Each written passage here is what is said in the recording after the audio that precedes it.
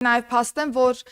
նաև աճել է հանցագործությունների բացահայտման ցուցանիշը, ինչպես նաև որպես մեղադրյալ ներգրաված անձանց թիվը ընդհանուր առմամբ 3,5%-ով։ Իսկ առանձնապես ծանր հանցագործություններով այս թիվը կազմել է 9,9%, ծանրերով 5,8%։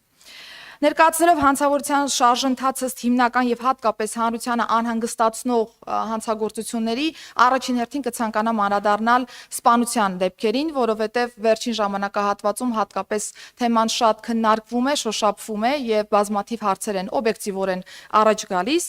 Ուզում եմ փաստել առաջին հերթին, որ հանրապետության մակարդակով շարունակում է մեզ մոտ գերակշիռ մնալ կենցաղային բնույթ ունեցող սպանությունները եւ այս դինամիկան ըստ էության պահպանվում է եւ որևէ էական կտրուկ եւ վտանգավոր, այսպես ասեմ, վերափոխումներ չի ունենում։ Ընդ որում, երբ որ խոսում ենք նաեւ ընդհանուր գրանցված դեպքերի մասին, պիտի փաստեմ, որ նաեւ վիճակագրական առումով որևէ էական